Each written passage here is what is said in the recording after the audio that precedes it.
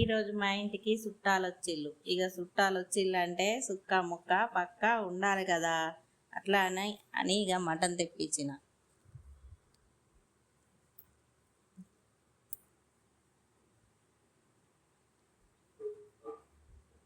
సరే, ఇక ప్రాసెస్లోకి వెళ్ళిపోదాం. ఫస్ట్ ఆయిల్ పోసుకొని, ఆయిల్ హీట్ అయినాక లవంగాలు, చెక్క, యాలకులు, బగారా ఆకు వేసుకొని మంచిగా కలుపుకోవాలి.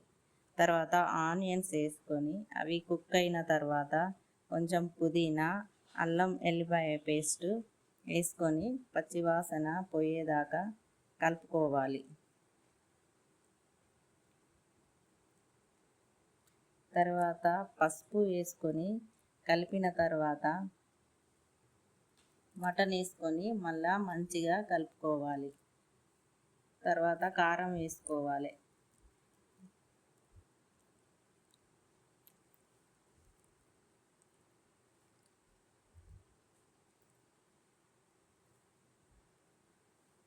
మేము కారం తక్కువ తింటాం కాబట్టి మీ టేస్ట్కి తగ్గట్టు మీరు వేసుకోవాలి. తర్వాత టమాటా ప్యూరీ వేసుకున్నా. టమాటా ప్యూరీ ఎలా చేసుకుంటే దీంట్లో టమాటాలు, ఆనియన్, లవంగ, ఇలాచి, చెక్క వేసుకొని గ్రైండ్ చేసుకున్నా.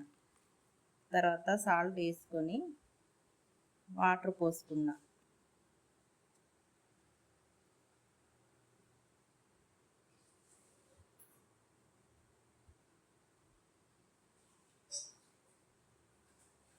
మూత పెట్టుకొని మటన్ మంచిగా ఉడికేదాకా